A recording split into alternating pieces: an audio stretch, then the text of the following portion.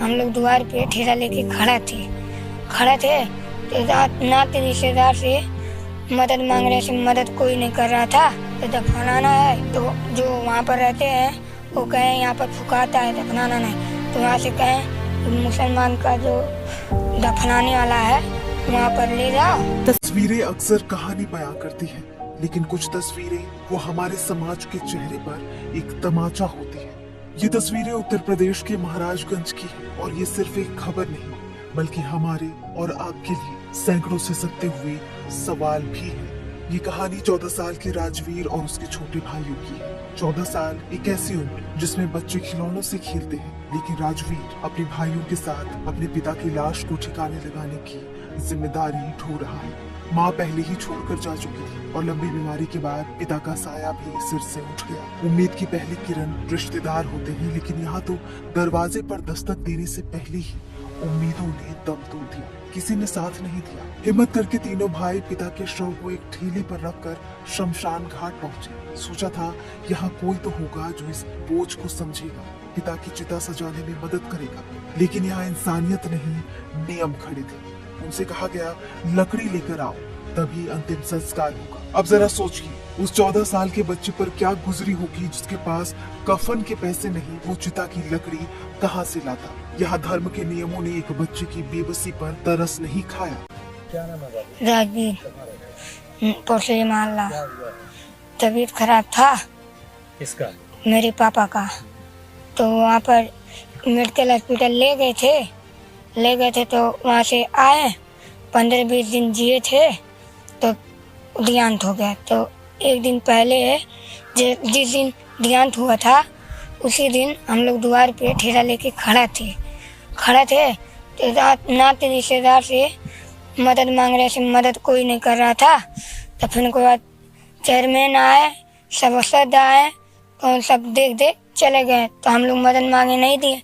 शमशान से ठुकराए जाने के बाद ये मासूम पिता की लाश को लेकर एक कब्रिस्तान पहुंचे। शायद उन्हें लगा हो कि मिट्टी तो हर किसी को बना देती है, लेकिन यहाँ धर्म की दीवारें और भी ऊंची थी। उन्हें बताया गया कि तुम हिंदू हो, यहाँ सिर्फ मुसलमानों को दफनाया जाता है। एक दरवाजे पर नियम और दूसरे दरवाजे पर धर्म, और इन दोनों के बीच सड़क पर बिलखता लाचार बचपन। अब राजवीर के पास एक ही रास्ता था, पिता की लाश ठेले पर रखकर सड़क पर भीख मांगना, ताकि वो अपने पिता का अंतिम संस्कार कर सके। राहगीर आते जाते रहे। किसी को लगा ये भीख मांगने का नया तरीका है, तो किसी ने इसे फिल्मी कहानी समझकर नजरअंदाज कर दिया।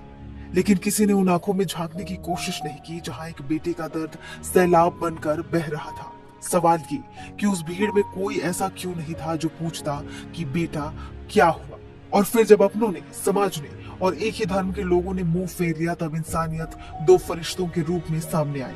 राशिद और वारिश कुरैशी, दो मुस्लिम युवक जिन्होंने ठेले पर रखी लाश और रोते हुए बच्चों को देखा। उन्होंने ये नहीं पूछा कि तुम हिंदू हो या मुसलमान, उन्होंने सिर्फ एक बच्चे का दर्द देखा और एक बाप की लाश का अपमान। वो आगे आए, लकड़ी का इंतजाम किया और एक बेटे की तरह उन सभी रीतियों को निभाया जो राजवीर अकेला नहीं कर सकता था। दुमानवा घाट ले गए तो वहाँ पर कहें कि दफनाना है तो जो वहाँ पर रहते हैं वो कहें यहाँ पर फुकाता है, दफनाना नहीं। तो वहाँ से कहें मुसलमान का जो दफनाने वाला है वहाँ पर ले जाओ, वहाँ पर गाड़ना। तो वहाँ पर हम लोग गए तो वहाँ से सब लोग भगाए तब आए छपवा चौकी पे खड़ा हुए 4 घंटा खड़े थे। तो उसके बाद सब भगा रहे थे, इधर जो गाड़ी आ रहा था उससे पैसा मांग रहे थे। राशिद और वारिश ने न सिर्फ अंतिम संस्कार कराया बल्कि उन बच्चों को आगे की जिंदगी के लिए आर्थिक मदद भी दी। उन्होंने वो किया जो उस वक्त समाज, प्रशासन और रिश्तेदारों को करना चाहिए था। राशिद बताते हैं कि उन्होंने सिर्फ इंसानियत का फर्ज निभाया। मैं वहाँ पहुँचा तो लोगों ने बताया, उनके परिवार वालों ने, जो बच्चे थे सब, कि 2 दिन हो गया कोई मदद नहीं कर रहा है और हम लोग देखिए कुदार लाए हैं दफन करने के लिए और इसको गाड़ने के लिए। तो वहाँ पे जो दुमानवा घाट के गौतम भैया हैं हमारे, वो बेचारे कहने लगे कि यहीं दफन करवा दो।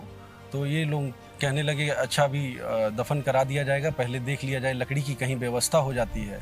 थक मान के हार के ये लास्ट में दफन करने के लिए एग्री भी हो गए तो इधर उधर भटका दफन भी नहीं लोगों ने करने दिया। इसके बाद जो है मैंने सारी व्यवस्थाएं करा करके जो भी रीति रिवाज धार्मिक हिसाब से होती हैं उस हिसाब से हमने लकड़ी और तमाम चीज़ें करा करके मैंने रात्रि 11-12 बजे तक वहाँ रह करके सब कराया।